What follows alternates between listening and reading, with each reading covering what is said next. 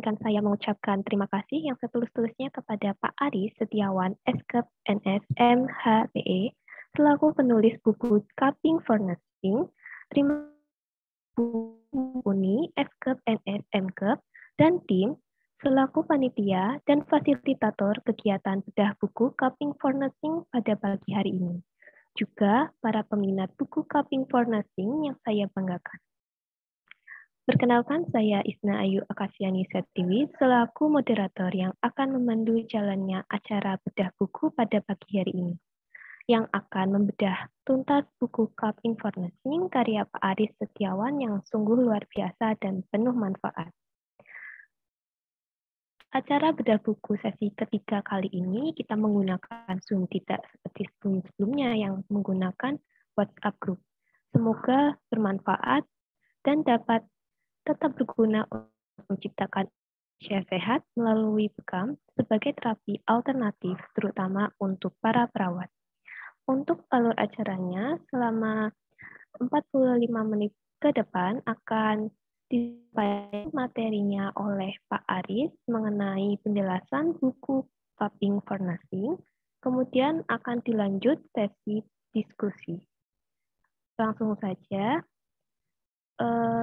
kepada Pak Adi Setiawan untuk langsung memaparkan materinya mengenai isi buku Cupping for Nursing. Silakan kepada Bapak Ari.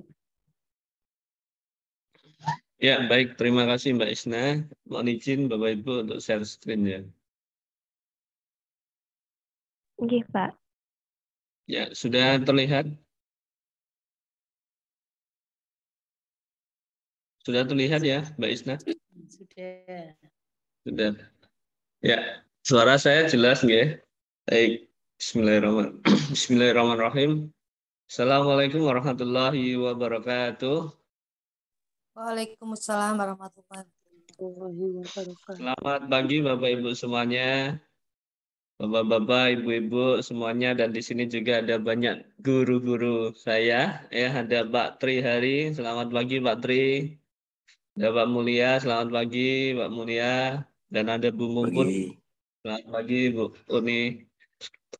Dan Bapak Ibu semuanya yang dirahmati Allah Subhanahu wa taala. Alhamdulillah, alhamdulillahirabbil alamin. Asyhadu an la ilaha illallah wa asyhadu anna Muhammadan abduhu wa rasuluhu ya nabiy badah. Allahumma shalli ala sayyidina Muhammad wa ala ali sayyidina Muhammad amma ba'du. Alhamdulillah, puji syukur kepada Allah Subhanahu wa taala yang karenanya lah hari ini, detik ini dan jam ini jantung kita masih bisa berdetak tanpa harus kita perintahkan. Sehingga jantung ini harus akan terus memompa darah ke seluruh tubuh, yang mana darah ini akan membawa nutrisi, oksigen, glukosa yang dibutuhkan oleh sel-sel di dalam tubuh kita. Sehingga terjadilah sebuah aktivitas, tentunya aktivitas yang bernilai ibadah kepada Allah Subhanahu wa taala. Bapak Ibu sekalian, bayangkan ketika jantung ini hanya akan berdetak ketika kita perintahkan.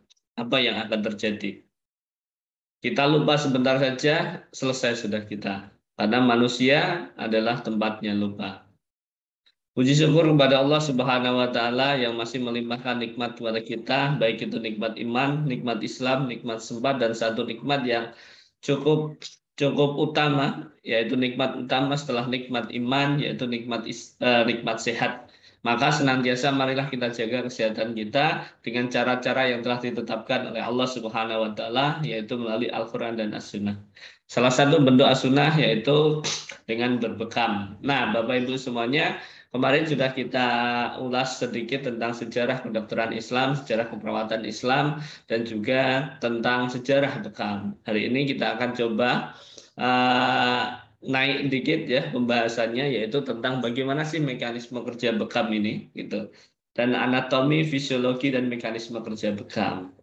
Hari ini cukup butuh sedikit konsentrasi ya untuk pembahasan hari ini, karena kita akan berbicara tentang hal-hal yang mungkin belum familiar dengan kita, ataupun hal-hal bagi tenaga kesehatan atau medis mungkin ini adalah hal-hal yang sudah familiar, tetapi bagaimana kerja bekam ini untuk tubuh, mungkin ini baru kita diskusikan hari ini, gitu.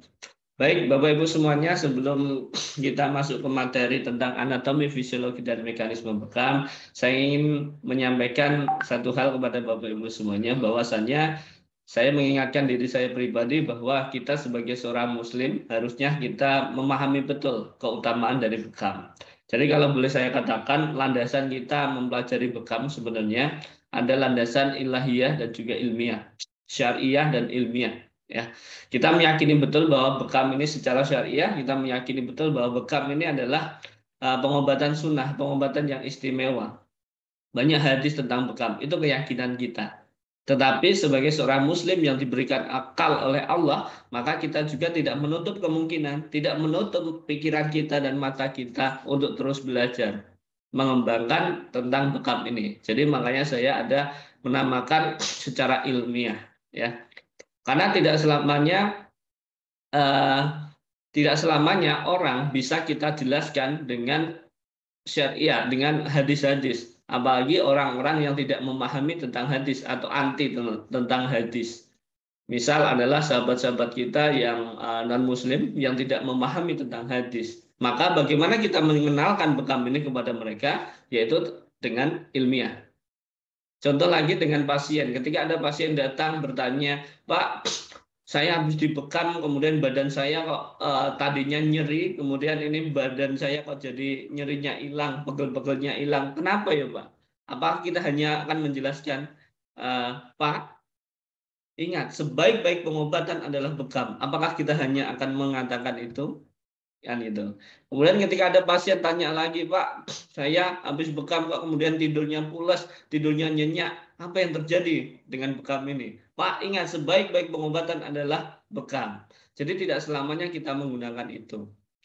Ya, kita perlu menjelaskan secara ilmiah. Untuk apa? Untuk meningkatkan derajat martabat dari bekam ini. Oh, ternyata bekam ini pengobatan yang ilmiah juga. Maka dari itu, sebagai seorang Muslim, Bapak Ibu semuanya, baiknya marilah kita juga mempelajari tentang tinjauan ilmiah dari bekam itu sendiri. Nah, berkaitan tentang hal itu tersebut, maka kami mengajak Bapak Ibu semuanya untuk kita lebih mengenal dikit tentang anatomi, fisiologi, dan mekanisme kerja dari bekam. Bagaimana sih bekam itu bisa mempengaruhi sel-sel di dalam tubuh kita, mempengaruhi sistem organ di dalam tubuh kita. Dan alhamdulillah banyak sekali riset-riset sekarang ini bekam juga mampu untuk menurunkan tekanan darah bagi penderita hipertensi, meningkatkan imunitas, gitu. Dan banyak sekali manfaat dari bekam. Jadi Bapak Ibu semuanya, kalau boleh saya sampaikan, Allah itu menciptakan manusia dalam bentuk yang seimbang dan sempurna. Kemarin kita sudah bahas, ya. Dan Allah memberikanlah bekal kepada kita berupa sistem-sistem organ yang dimana itu akan membantu mengembalikan kesempurnaan dan keseimbangan di dalam tubuh kita. Gitu. Contoh sedikit gini, ketika Bapak Ibu sedang terluka, tubuh akan mempunyai respon untuk mengembalikan keseimbangan di dalam tubuh. Gitu. Contoh kecil, ketika kita terluka, pernah kena peso ya, ketika terluka, kena peso, apa yang Bapak Ibu lakukan ketika kena peso? Apakah langsung teriak? Apakah kemudian dimasukkan ke dalam mulut atau ditarik tangannya? Nah, itu. Jadi ketika kita kena peso, ketika merasakan nyeri, respon utama kita adalah menariknya dan teriak.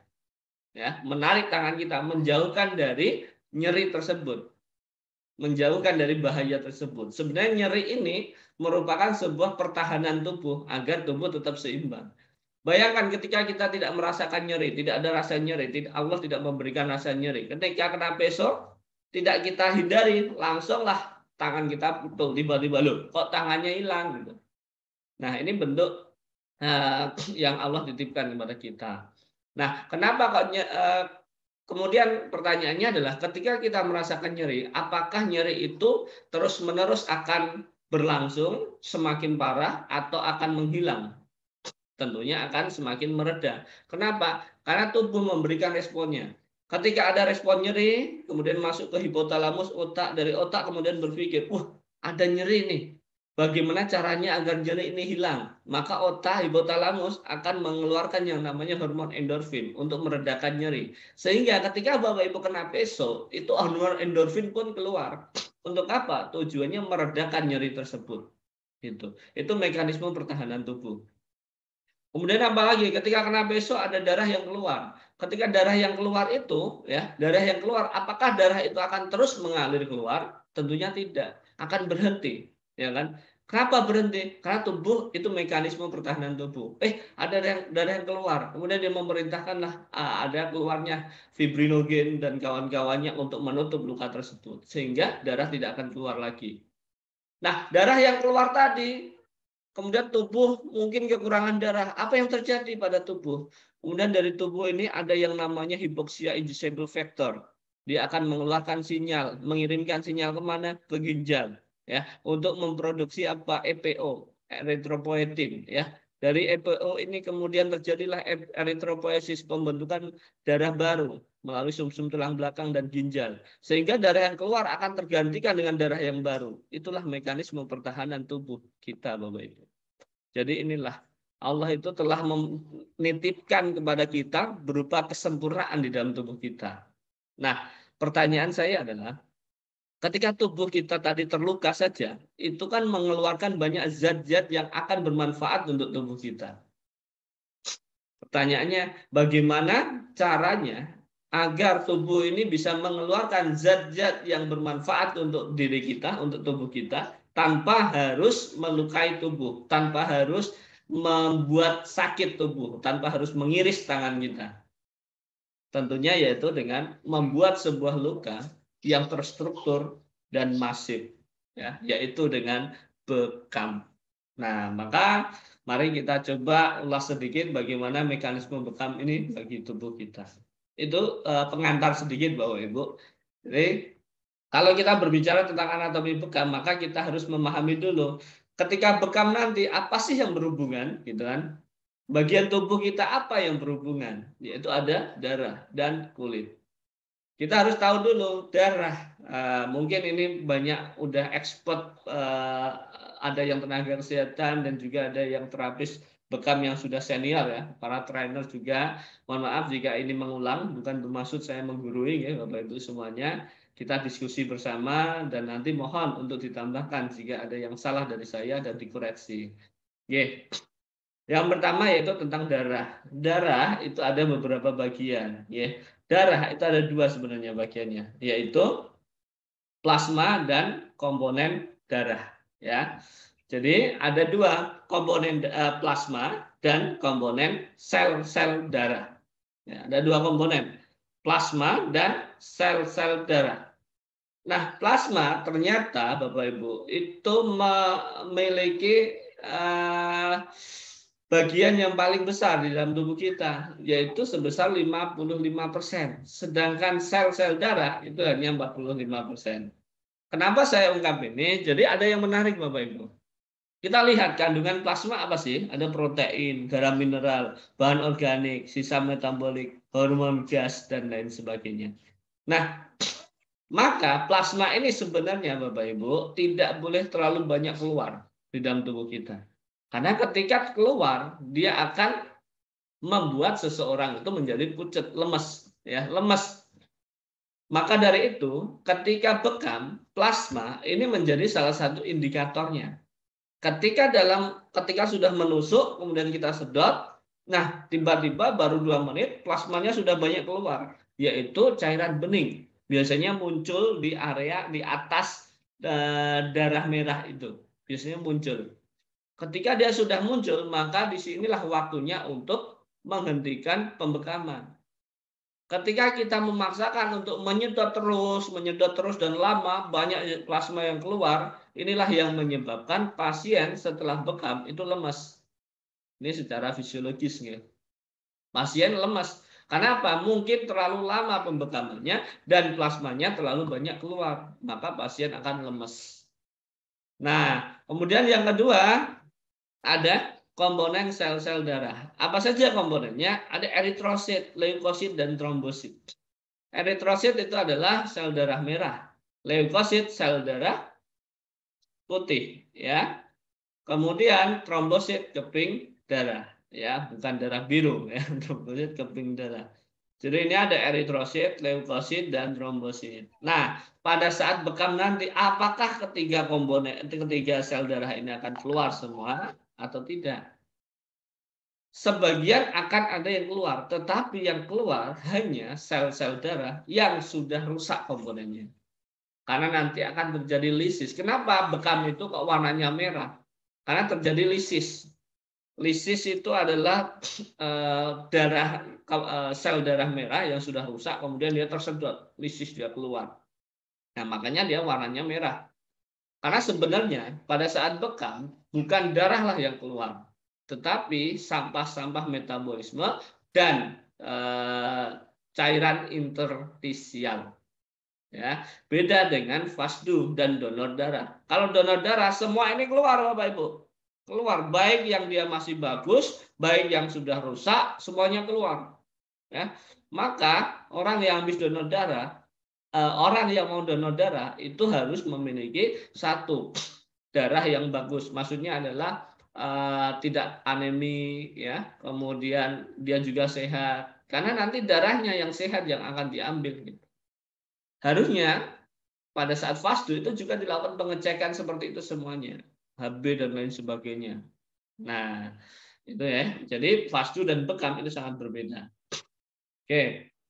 Kemudian ini Bapak Ibu, darah itu bisa mengalir ke seluruh tubuh, darah bisa masuk masuk ke dalam organ-organ di dalam tubuh kita. Kemudian darah akan membawa oksigen. Oksigen itu akan bisa dinikmati oleh sel-sel tubuh kita. Dia akan bisa mengalir semua ketika ada apa? Ada pipanya, ada jalurnya.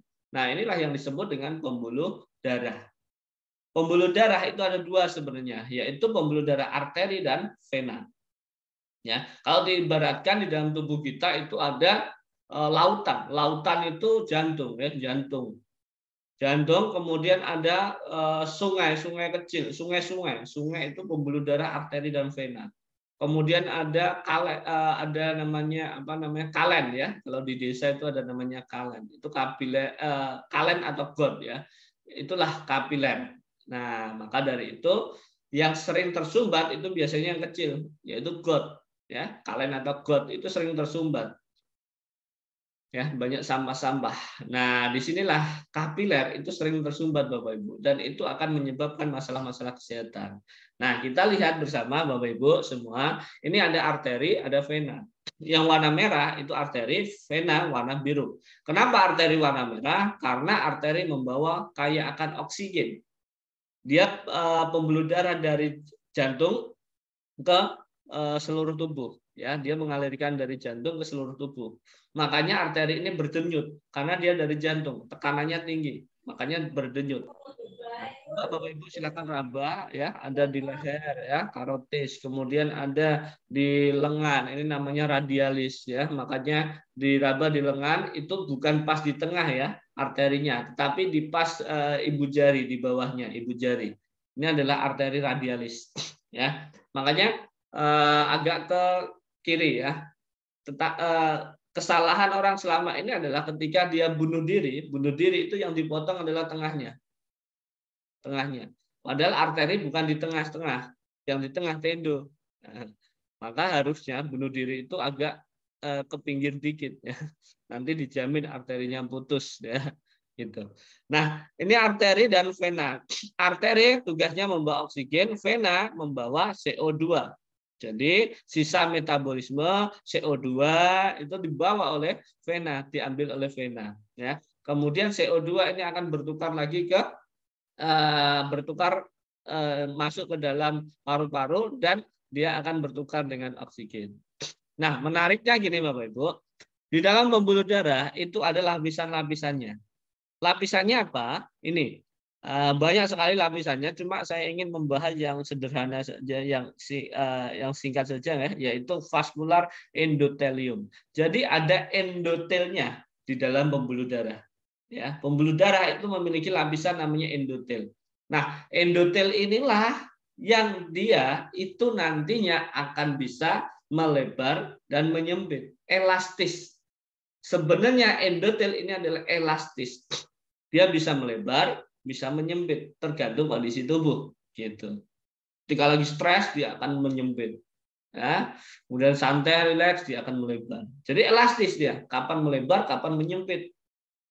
Nah, yang mempengaruhi pelebaran dan penyempitan elastisitas dari endotel ini adalah waktu, usia, ya, usia. Jadi seseorang yang usianya sudah tua itu elastisitasnya akan menurun.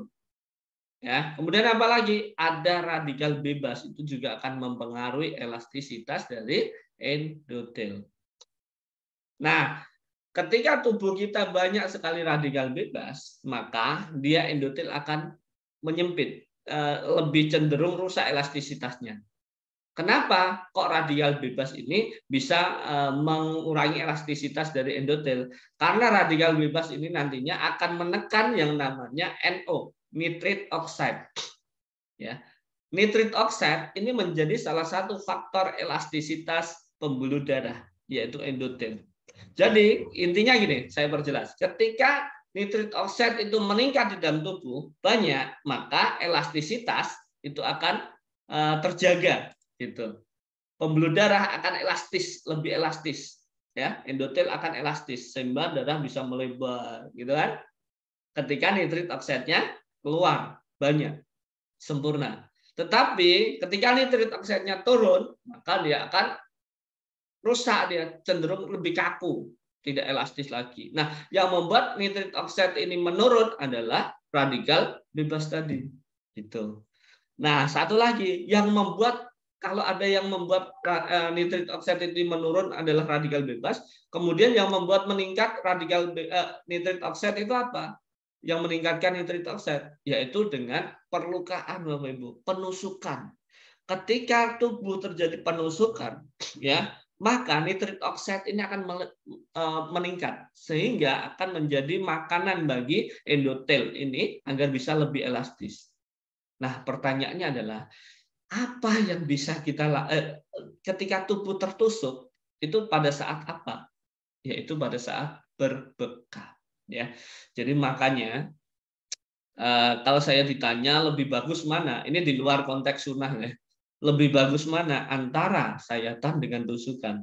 Kalau saya ditanya seperti itu tergantung dari kondisi pasien. Ketika kondisi pasien membutuhkan nitrate oxide yang banyak, maka lakukanlah tusukan. Gitu.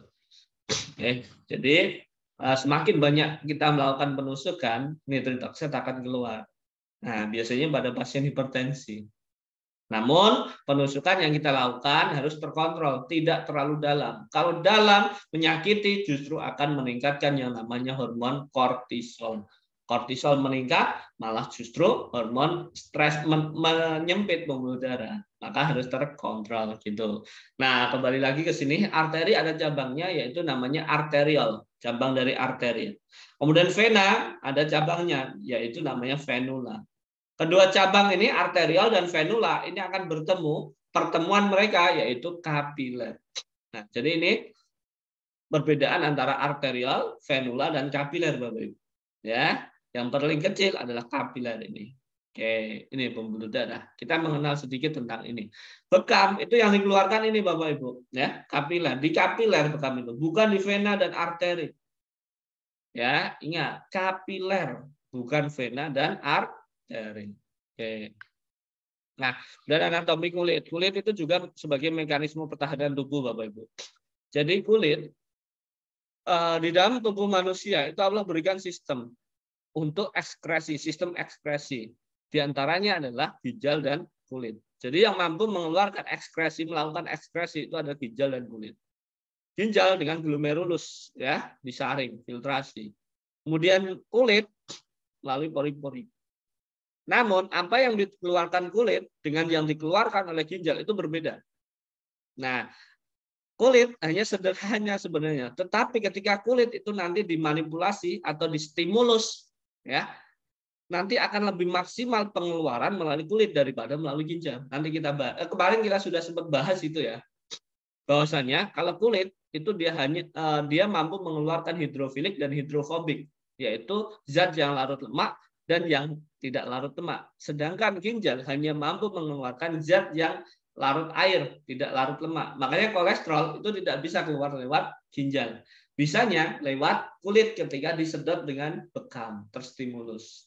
Nah, kulit ada beberapa bagian, yaitu epidermis dan hipodermis. Pertanyaannya, tusukan itu sampai mana batasnya? Bukan sampai hipodermis. Kalau hipodermis ini sudah lemak, ya, lemak nanti yang keluar. Jadi sedot lemak, ya. Batasnya adalah antara epidermis dan dermis, ya. Dermis bagian atas dan epidermis bagian bawah. Karena disinilah nanti antara epidermis dan dermis ini ada namanya keratinosit. Keratinosit ini dia akan mampu untuk meningkatkan endorfin, atau jadi endorfin itu tidak hanya dihasilkan oleh hipotalamus tetapi juga dihasilkan oleh keratinosit. Ya, makanya orang ketika dipijat dengan lemah lembut itu enak, senang, nyaman. Ketika bekam luncur nyaman, ketika bekam pertama nyaman karena terstimuluslah keratinositnya. Ini kemudian memproduksi yang namanya endorfin.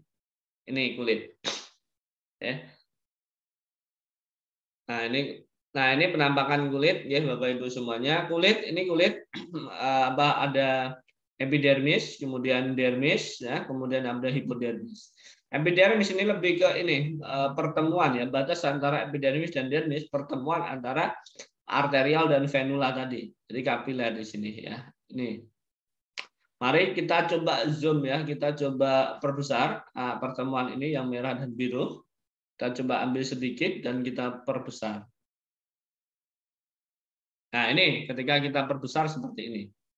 Ya, ada arterial, ada venula. Ya, venula tadi apa fungsinya? Membawa karbon dioksida dan sisa metabolisme.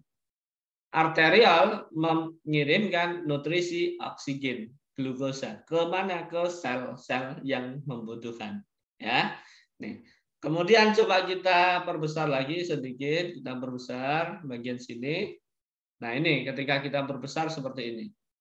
Ya, ada arteriol, ada venula, ya kan? Kemudian mereka bertemu. Kemudian ada ini yang ada mata-matanya ini apa? Ini adalah sel, ya.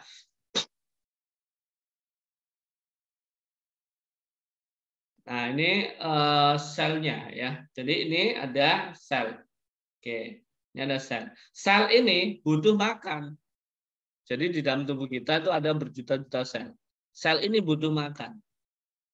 Makanannya apa? Sel itu makanannya ada nutrisi, ya, kemudian ada oksigen dan semua itu bisa, kemudian ada glukosa. Nah, itu makanan-makanan sel. Nutrisi, glukosa, kemudian ada oksigen, ya. Itu makanan sel. Jadi tubuh ini ketika kita makan, ya, makan itu kemudian masuk ke sistem pencernaan kita, kemudian diolah, kemudian diseraplah oleh pembuluh darah, ya, terutama arteri tadi, dibawalah ke seluruh tubuh, kemudian masuklah ke sel-sel ini membawa nutrisi, gitu. Kemudian diseraplah di sini, terjadilah yang namanya filtrasi. Filtrasi itu penyaringan. Jadi dia disaring mana sih zat yang akan dibutuhkan oleh sel, maka dia keluarkan. Apa saja tadi? Nutrisi, oksigen, dan glukosa. Padahal di dalam pembuluh darah arteri ini banyak sekali zat-zat lainnya. Tetapi yang bisa dikeluarkan, disaring karena saringannya kecil, maka hanya zat yang dibutuhkan oleh sel. Gitu. Nah, sebenarnya di dalam pembuluh darah kita itu ada logam-logam berat juga, Bapak Ibu semuanya. Ya, banyak sekali logam berat. Contohnya logam berat yang paling sering dijumpai di dalam pembuluh darah adalah merkuri. Dari apa? Dari produk-produk kecantikan, produk-produk yang kita gunakan sehari-hari. Lotion, ya, sampo, dan lain sebagainya yang mengandung merkuri itu akan diserap oleh pembuluh darah, masuklah ke dalam pembuluh darah. Dia tidak bisa dikeluarkan. Kenapa? Karena besar ukurannya, Bapak Ibu. Ya, ukurannya besar. Sehingga yang keluar nanti hanya nutrisi oksigen yang dibutuhkan oleh sel-sel ini saja. Tetapi ada kalanya Bapak Ibu, ketika filtrasi ini meningkat, nah ini beda lagi. Ini keadaan normal sebelum dibekam. Tetapi nanti ketika filtrasi ini meningkat, maka dia akan mampu menyaring atau mengeluarkan zat-zat yang ukurannya cukup besar juga. Nah, menarik ini. Nanti kita bahas juga. Nah, kita masuk lagi ke sini. Jadi oksigen nutrisi ini nanti akan dikeluarkan di sini, masuk ke ruang interstisial. Masuk ke ruang interstisial. Di dalam ruang interstisial ini nanti kan sudah ada ini, ada sel yang menunggu. Ada makanan, udah dimakan lah. Ya, dimakan, kemudian dimakan oleh sel. Kemudian dari sel ini setelah makan, apa yang dilakukan? Tentunya dia akan menghasilkan sampah. Ya kan? Selain energi, dia akan menghasilkan sampah. Namanya sampah metabolisme. Inilah yang disebut dengan CPS, causative pathological substance di sini. Ya, ada sampah metabolisme atau CPS, hasil dari metabolisme tadi. Kemudian di sini juga ada cairan interstisial. Jadi di ruang ini ada sampah, ada makanan, ada cairan interstisial. Gitu. Nah, pertanyaannya adalah ketika ada tiga hal ini, ya, ada sampah, ada makanan, kok si sel ini tidak salah memilih, gitu. Bisa membedakan, oh ini makanan, ini sampah nih. Jadi yang saya makan harus ini, yang saya tinggalkan harus ini, gitu. Siapa yang ngajari? Tentunya Allah ya, Mas. Ketika kita gali lebih dalam, ya, sel-sel lebih kecil lagi, Masya Allah, akan mengingatkan kita kepada Allah. Ya, nih.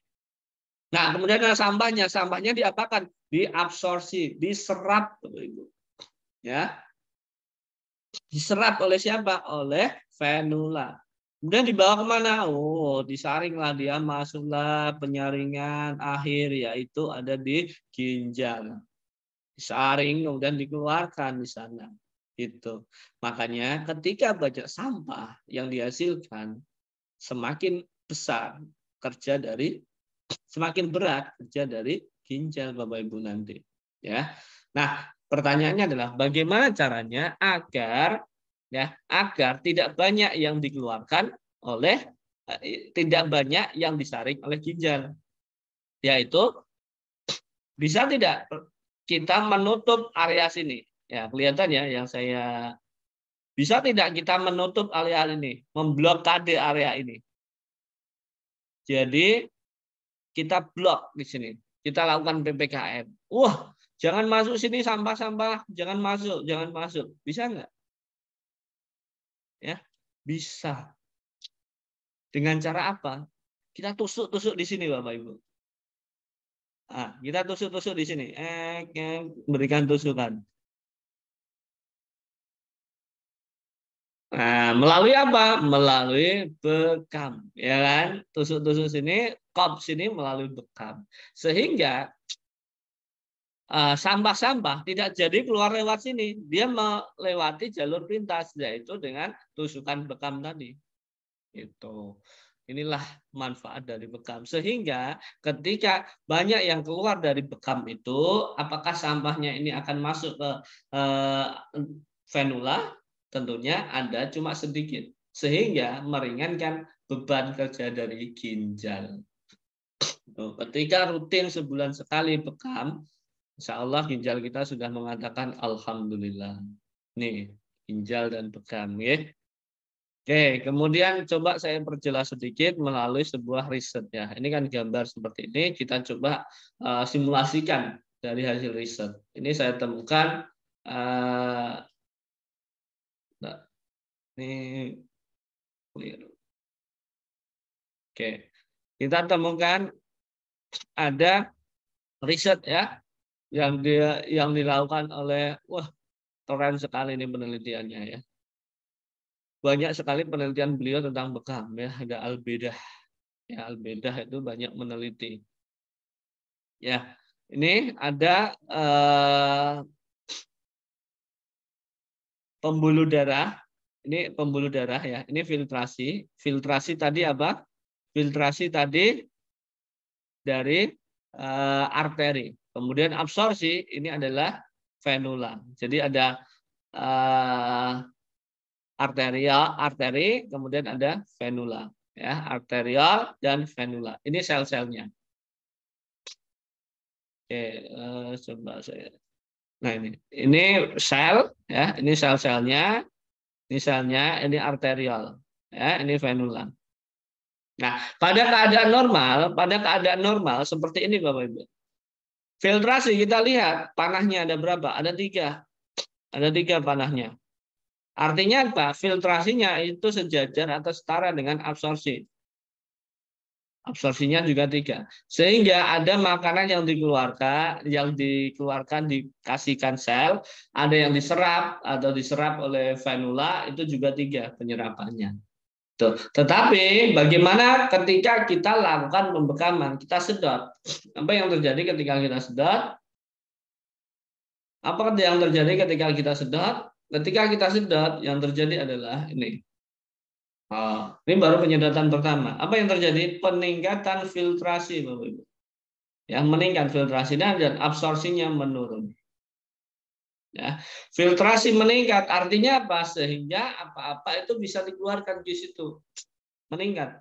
Tidak hanya yang kecil saja, tetapi dia tadi kan di arteri itu ada juga yang namanya logam berat.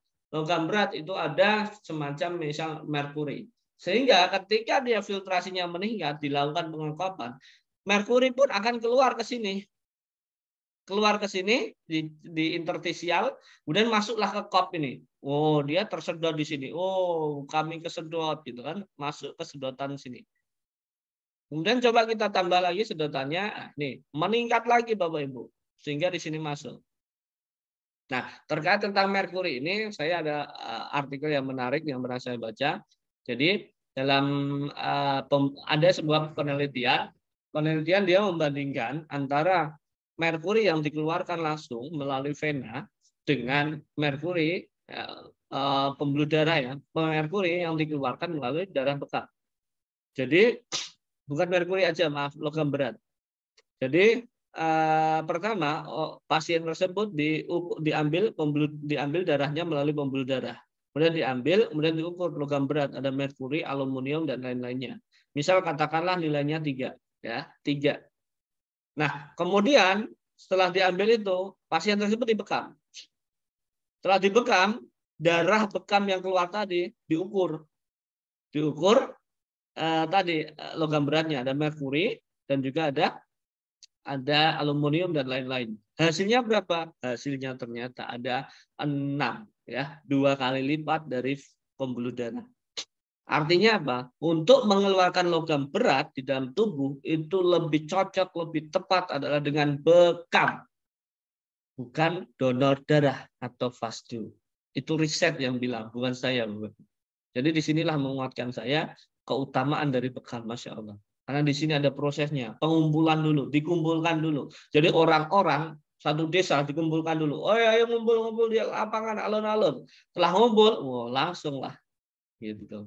Atau preman-preman, yuk sini ngumpul-ngumpul di alun-alun. Setelah itu dihajar semua, ya, keluarkan semua. Itu Bapak Ibu, ya. Jadi ada dikumpulkan dulu, masuklah di sini. Itu untuk ini. Kemudian setelah disedot gini, ya, yang menarik lagi adalah ketika ditusuk. Ketika terjadi penusukan, apa yang keluar ya ini banyak sekali sel pembuluh darah, ya, ada lisis, eritrosis, lisis, ya, yang sudah rusak dia ikut keluar. Dan selanjutnya tahap ketiga adalah kita cupping lagi. Kita cup lagi, apa yang terjadi? Wah, menarik ini Bapak Ibu. Coba perhatikan dengan baik dengan seksama. Apa yang terjadi? Filtrasi meningkat. Ya, arterial melakukan filtrasi tetap. Tetapi bagaimana dengan venula? Venula tugas utamanya adalah absorpsi, menyerap atau mengambil sampah. Tetapi di sini dia kok malah berubah jadi filtrasi. Panahnya dia naik, filtrasi. Artinya apa? Artinya adalah dia ketika sudah ada jalur pintas di sini, maka secara tidak langsung dia mengatakan, itu loh, ada jalan pintas, silahkan keluar dari sana. Ya, silahkan keluar saja dari sini. Gitu. Jadi dia akan mengambil sampah lagi. Nah, enggak sampailah nanti diolah oleh ginjal, sehingga disinilah meringankan beban kerja ginjal. Ya, jadi bekam ini bagus untuk ginjal. Oke. Jadi sebulan sekali dengan berbekam, insya Allah akan mampu untuk merawat sistem-sistem di dalam tubuh kita. Ya. Oke. Nah, Nah, lanjut. Kemudian, nah ini tadi yang menulisnya. Ada teori ini ada. Ini juga ada teori-teori yang dikemukakan. Kenapa sih bekam itu kok bisa meningkatkan imunitas? Oh, ternyata ada teorinya ini. Ada 6 teori sebenarnya. Ya, ada yaitu Pain-Gate teori, kemudian reflect zone teori, diffuse access control teori, kemudian ada immunomodulation effect, kemudian ada hematological effect, dan juga ada anti-inflammatory dan increase blood circulation effect. Ya, jadi ada ini teori nitric oxide-nya. Kemudian ada teori blood detoxifikasi, kemudian ada teori activation of immune system theory. Jadi ketika teman-teman Bapak Ibu semua melakukan penelitian, inilah teori yang bisa diambil. Misal penelitian bekam terhadap penurunan tekanan darah, maka kita bisa pakai teori nitric oxide. Ya. Kemudian ada juga blood detoxifikasi. Nah, itu. Misal ada nyeri, kita pakai teori nyeri. Nah, ini teori-teori yang bisa digunakan. Ya. Oke.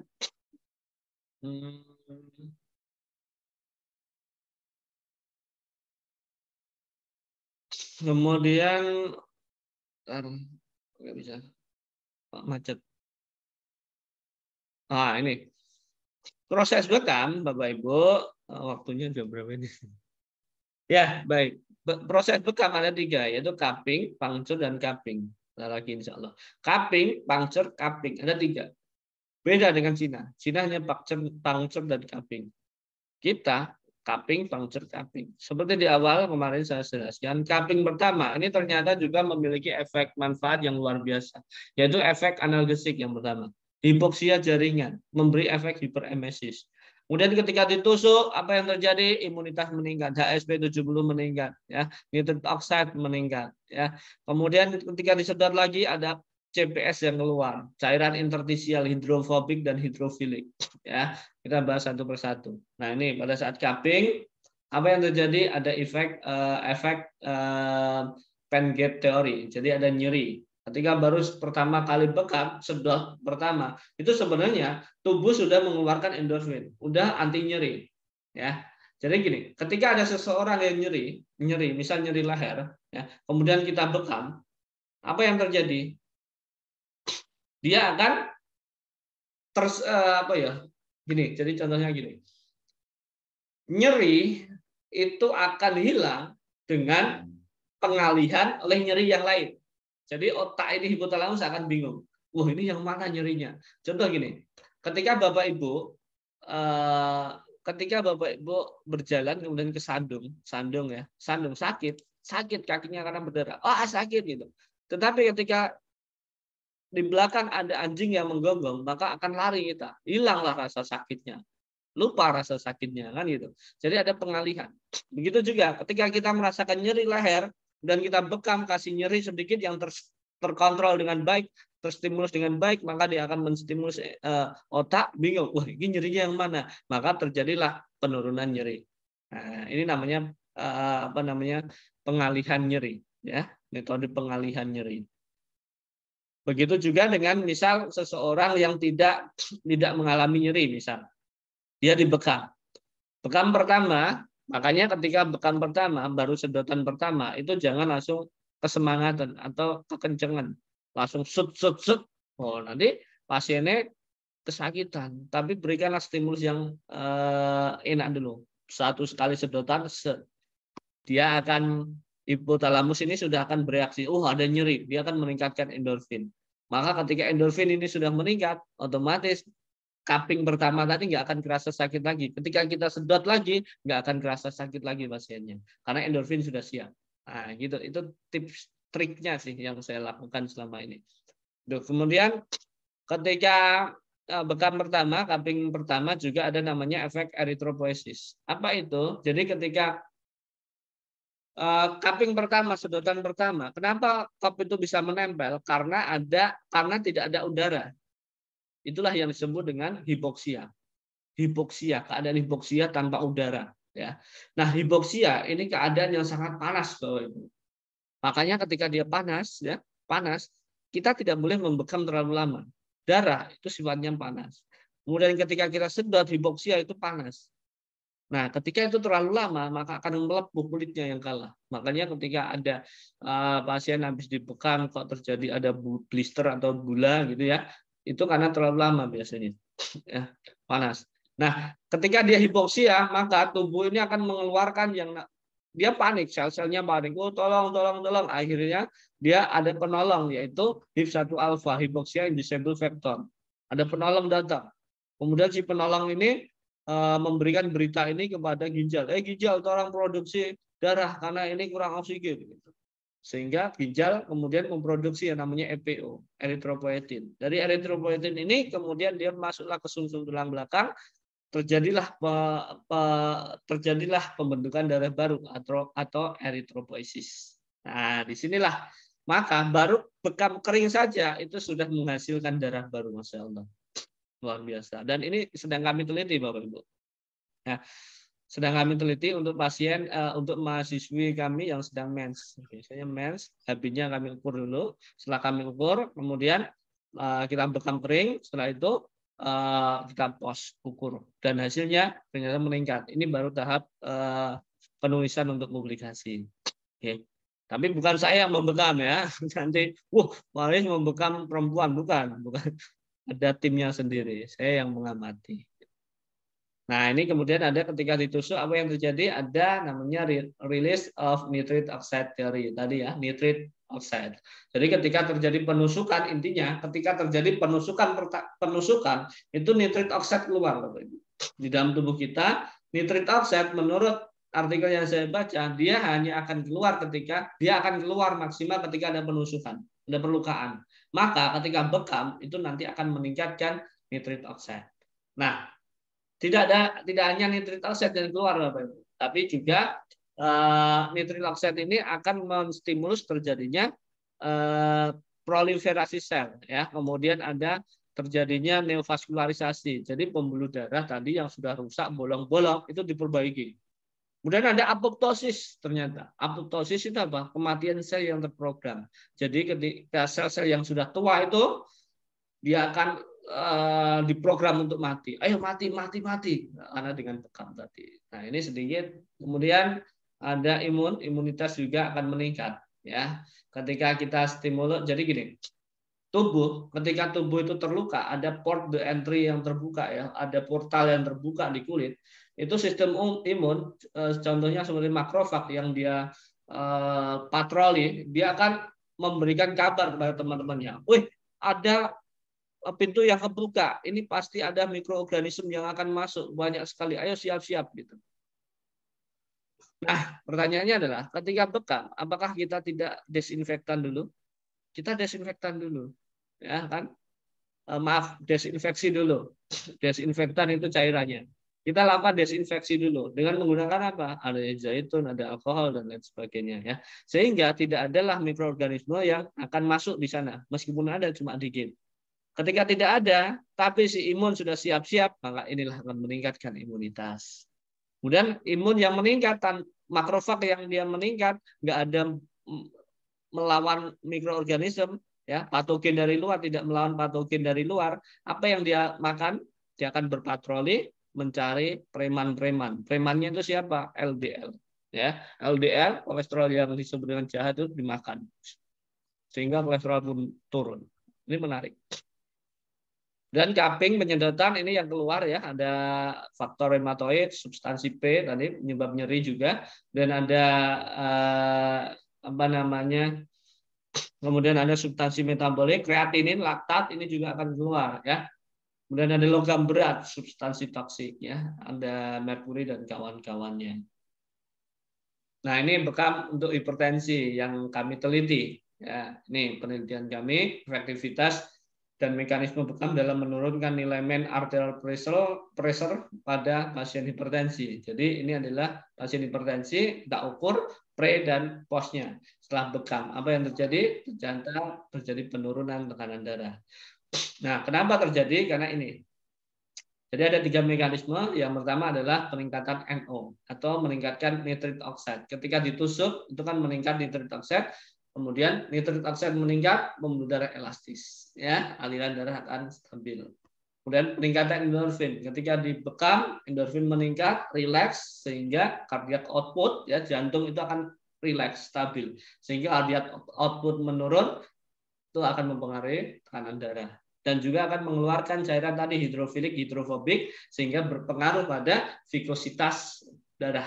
Sehingga ketika darah itu vikositasnya baik, nggak kental, maka tekanannya pun akan turun. Nah, ini dari hasil penelitian kami. Dan bekam dan kecemasan. Ini juga hasil penelitian kami meneliti efektivitas bed cupping terapi terhadap kecemasan pada pasien hipertensi. Kebetulan saya juga fokus di pasien hipertensi, ya, hipertensi dan reproduksi. Nah, ini karena ketika bekam itu ternyata dia mampu untuk mengeluarkan endorfin, sehingga ketika bekam pasien yang mulai cemas dia akan menurun cemasnya, gitu. Alangkah baiknya ini bertahap, ya, maksudnya adalah dilakukan kontinu dua pekan sekali. Ini kemarin alhamdulillah dapat penghargaan dari PBI. Terima kasih kepada PBI yang telah memberikan penghargaan, ya, karena hasil karya ilmiah yang dilakukan, gitu. Baik, itu Bapak Ibu sedikit dari saya. Sebenarnya masih banyak riset yang saya lakukan, cuma karena waktunya terbatas, ya. Nanti insya Allah saya kirimkan hasil riset saya jika berkenan di grup. Kemarin juga meneliti tentang perbedaan tanggal sunnah dan tanggal tidak sunnah. Kemudian yang terbaru ini kami meneliti untuk pasien menstruasi. Baik, demikian dari saya. Terima kasih. Kurang lebihnya mohon maaf, dan jika ada mau yang ditambahkan dari Bapak Ibu, monggo dipersilahkan. Di sini banyak sekali pakar juga. Terima kasih Mbak Isda. Monggo saya kembalikan. Baik Pak, untuk ini ada banyak pertanyaan pada room Zoom. Mungkin saya akan bacakan pertanyaan yang teratas, ya Pak. Dari Bapak Subaidi. Mohon maaf sebelumnya, apakah pernah dilakukan atau melakukan penelitian lebih banyak keluar nitrit oxide ketika bekam dengan memakai jarum dengan memakai toheran? Bagaimana Pak Aris? Mungkin bisa langsung dijawab saja, Pak. Ya, baik, terima kasih. Ya, Mbak, siapa tadi Pak Zubaidi, ya. Terkait tentang perbandingan antara bekam tusuk dan bekam sayat untuk nitrit oksid, sependek yang saya tahu belum ada, Pak. Jadi saya belum pernah menemukan terkait hal tersebut. Cuma itu tadi hanya asumsi saya, karena di artikel yang saya temukan itu hanya nitrit oksid itu keluar ketika ada penusukan atau pelukaan ringan pada tubuh, ya, penusukan. Sehingga maka dari itu saya asumsikan bahwasannya ketika menusuk itu kan banyak, tusukan bisa banyak. Tetapi kalau sayat itu hanya terbatas. Maka ketika ingin hasil nitrit oksid yang maksimal, maka biasanya saya pengalaman pribadi melakukan dengan penusukan untuk memperkaya tusukan tadi sehingga nitrit oksid bisa maksimal, seperti itu. Itu. Nah, ini ide yang bagus mungkin ini Pak untuk riset selanjutnya, membandingkan antara metode Shartow dan juga metode tusukan, ya, membandingkan nanti terkait tentang nitrit oksid itu banyak mana nanti. Bagus ini. Ide yang bagus ini, malah nanti siapa tahu ada yang mau kolaborasi risetnya. Nah, Bapak Ibu di sini kan banyak yang terapis nih. Bapak Ibu yang terapis yang melaksanakan melaksanakan treatmentnya, nanti datanya saya minta, kemudian nanti saya olah, saya tulis, dan kita jadikan penelitian bersama. Nanti nama Bapak Ibu kita masukkan juga dalam artikel tersebut. Jika tertarik, ya, gitu. Iya Mbak, selanjutnya. Baik, mungkin jawaban dari Bapak Aris menjawab dari pertanyaan Pak Subaidi, ya Pak.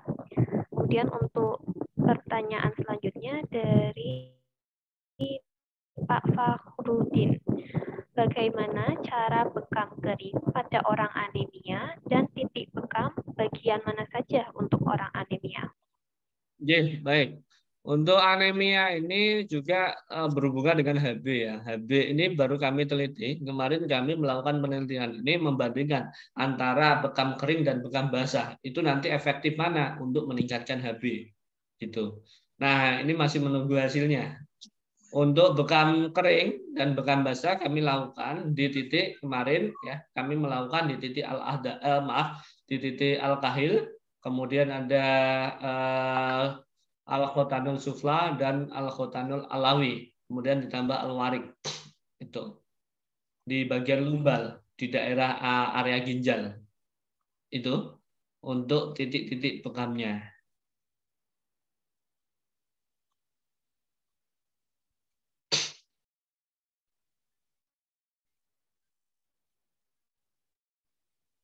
Ya, ini langsung saya baca aja, Mbak ya, biar agak cepat ya. Pertanyaan dari Abah. Darah beredar ke seluruh tubuh karena fungsi organ jantung yang memompa. Apakah ada yang apakah ada yang lainnya darah bisa mengalir selain fungsi organ jantung tadi? Bahwa sependek pengetahuan saya bahwasanya jantung ini bisa beredar ke seluruh tubuh itu memang karena ada pusatnya jantung. Ketika jantung itu berhenti, maka aliran darah ke seluruh tubuh itu akan berhenti. Berhenti juga. Makanya ketika ada orang cardiac arrest atau jantungnya tiba-tiba berhenti ya, maka dilakukan pemompaan yaitu dengan menggunakan metode RJP, resusitasi jantung paru. Nah, dipompa berusaha agar jantung ini tetap pompa buatan. Agar apa? Agar darah tetap mengalir. Nah, yang menggantikan fungsi jantung itu tidak ada, gitu. Sehingga jantung berhentilah semuanya. Itu, Bapak. Kemudian ini ada lagi titik bekam untuk orang stroke ringan, mati sebelah, mulutnya tidak lancar bicara. Yang kedua titik bekam untuk chest pain ya. Nah, ini menarik ini. Ketika menghadapi pasien stroke, satu yang saya tekankan kepada Bapak Ibu semuanya, biasanya para teman-teman terapis itu adalah gali dulu penyebab stroke-nya ini apa. Apakah jenis stroke hemoragik atau non hemoragik? Kalau stroke non hemoragik, oke, bisa dilakukan bekam. Tapi stroke hemoragik, alangkah baiknya nanti dulu bekamnya, ya. Nah, ketika non hemoragik bisa. Untuk stroke itu bagusnya ada titik-titik umum yaitu di puncak kepala. Karena kita akan mengembalikan sirkulasi pada pembuluh darah di kepala. Ya. Jadi kita berikan pelebaran di sana, nitrit oxide agar meningkat. Kemudian ada titik apa lagi? Ada titik al-ahda'ain ya di leher. Untuk apa? Sirkulasi ke bawah. Ya. Kemudian di mana? Di bagian lumbal, ya di ginjal itu biasanya. Ya, situ. Kemudian di mana lagi? Di bagian yang tadi mati sebelah di area tersebut untuk melancarkan menstimulus saraf-sarafnya. Kemudian untuk chest pain di mana? Kalau saya di dada, karena saya punya pengalaman menangani pasien nyeri dada. Pernah saya tulis di blog saya nyeri dada, kemudian kami coba bekam, alhamdulillah setelah bekam nyeri dadanya berkurang, ya menurun atau hilang. Kenapa? Karena tadi pengaruh dari endorfin yang meningkat. Kemudian kenyamanan pasien, tenang, rileks ya. Kemudian rileks, endorfin meningkat sehingga cardiac output-nya pun menurun. Sehingga dia beban jantungnya itu menurun sehingga nyerinya pun hilang. Nah, chest pain itu kan nyeri. Kenapa dia bisa nyeri? Karena ada penyumbatan pembuluh darah, penyempitan pembuluh darah ya, sehingga terjadi metabolisme anaerob, asam laktat yang keluar sehingga nyeri dia. Nah, untuk itu maka dibekamlah, kemudian mengeluarkan namanya nitrit oxide tadi, pembuluh darah melebar, kemudian selain itu dia disedot, kemudian asam laktatnya keluar sehingga nyerinya akan berkurang. Insya Allah itu mekanismenya.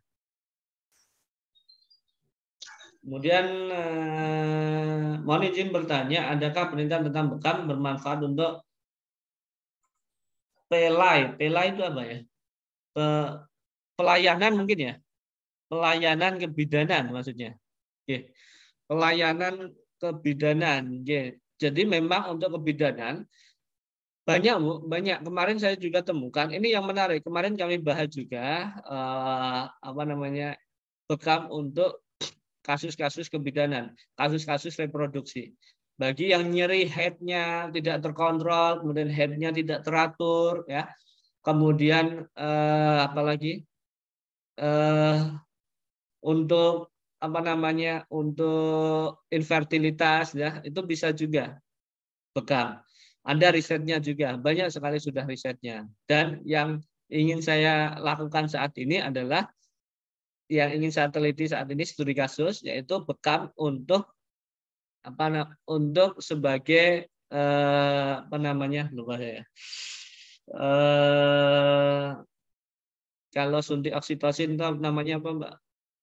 Untuk biar pembukaannya cepat lengkap itu loh, induksi, maaf. Nah, untuk induksi, bekam sebagai induksi alami. Karena terbukti dari beberapa teman yang sebagai terapis bekam, pasien yang belum bukaan lengkap dibekam, keesokan harinya atau beberapa jam kemudian sudah lengkap. Karena yang sulit untuk lengkap dibekam rutin, masya Allah lengkap. Maka disinilah perlu untuk ditulis. Menarik ini. Saya sudah dapatkan rekam terapinya, tinggal merapikan dan untuk menulisnya. Batas usia berapa anak boleh dibekam? Jadi kalau hal ini sebenarnya belum menemukan artikel yang pasti ya, batas berapa. Cuma kalau berhubungan dengan fungsi tubuh, maka fungsi tubuh yang paling bagus adalah ketika sudah matur. Jadi untuk mendapatkan hasil yang maksimal, maka pada saat matur, ya, udah matur itu balik, ya, balik. Tapi tidak menutup kemungkinan juga anak usia belum balik dibekam juga bisa. Bisa, tidak menutup kemungkinan. Asal apa? Asal kooperatif. Ya. Anak saya itu alhamdulillah usia 3 tahun dan 5 tahun sudah kulino bekam. Jadi minta bekam terus kalau capek.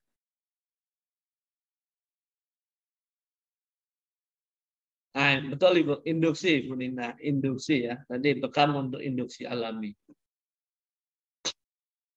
Untuk kasus kehamilan postmatur atau serotinus bisa nih, titik bekamnya mana?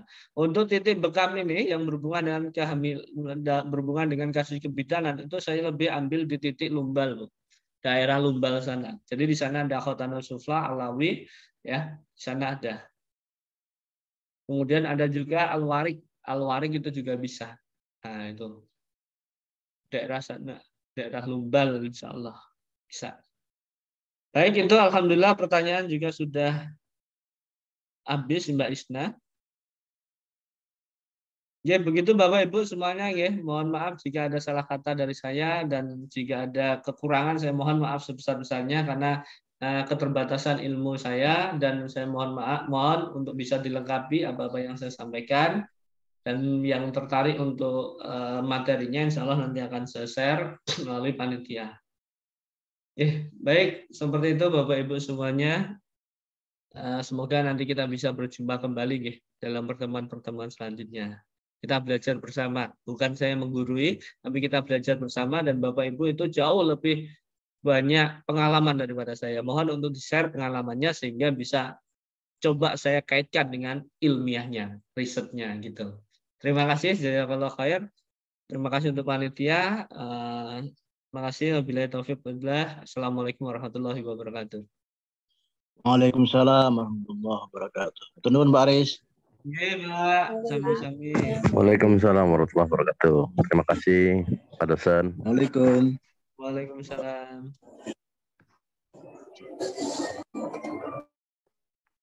Jazakallah khair, Pak Aris. Iya, Pak. Ya, ini ada titipan dari panitia bagi Bapak Ibu yang perawat. Nah, di Pekalongan nanti insya Allah akan ada pelatihan bekam yang ber-SKP PPNI, ber-SKP perawat. Jadi bagi yang tertarik silakan merapat ke Pekalongan. Insya Allah nanti akan hadir di Pekalongan. Ya, di pekan awal Juni kita akan ada di Pekalongan untuk pelatihan bekam khusus perawat. Ya, jadi ada SKP PPNI-nya. Dan juga bekam kecantikan ini untuk ibu-ibu dan bapak-bapak. Ngayu betul. Betul. Baik Pak, izin meneruskan.